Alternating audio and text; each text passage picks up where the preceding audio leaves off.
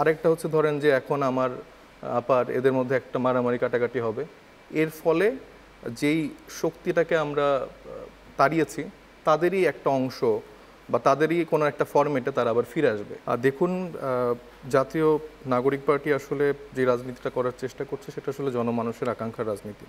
তো সেই জায়গা থেকে নির্বাচন একটি গণতান্ত্রিক প্রক্রিয়াতে খুবই গুরুত্বপূর্ণ একটি বিষয়, এবং আমরা যারা রাজনীতিটা করছি রাজনৈতিক দল হিসেবে, সেখানে অবশ্যই নির্বাচন গুরুত্বপূর্ণ এবং আলটিমেটলি নির্বাচনের দিকেই যেতে হবে। তবে আমরা যে প্রসঙ্গটি আনছি, দৃশ্যমান বিচারের একটি রোড ম্যাপ বা সংস্কার, সেই দিকে একটা রোড ম্যাপের দিকে আমাদের এগোতে হবে। মানে এই দুটিকে যদি আসলে আমরা মুখোমুখি করে ফেলি, মানে এখন আসলে ন্যারেটিভটা এরকমই হয়ে গেছে যে আমরা আসলে কোনটা চাই, ব্যাপারটা তো আসলে এরকম হওয়ার কথা না। আর দেখেন, মানে নির্বাচনের জায়গাটায় নির্বাচন হবেই, মানে নির্বাচন আটকানো কোনোভাবে সম্ভব না। দুই পদ্ধতিতে নির্বাচন হতে পারে।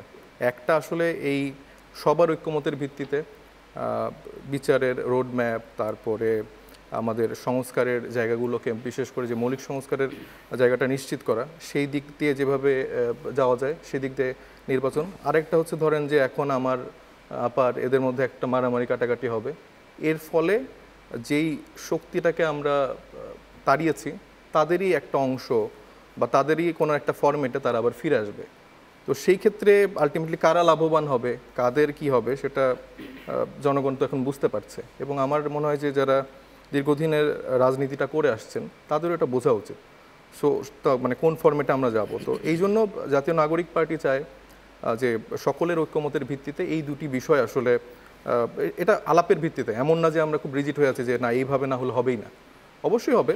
সেখানে আমাদের যে ঐক্যমত্য কমিশন আছেন, যে প্রধান রাজনৈতিক দলগুলো আছেন, তাদের একটা মতামতের ভিত্তিতে আমরা কোন প্রসেসে এই ফর্মুলাগুলো ফিল আপ করতে পারি। এখানে ঐক্যমত কমিশনের 6টি পদ্ধতি বলা হয়েছে।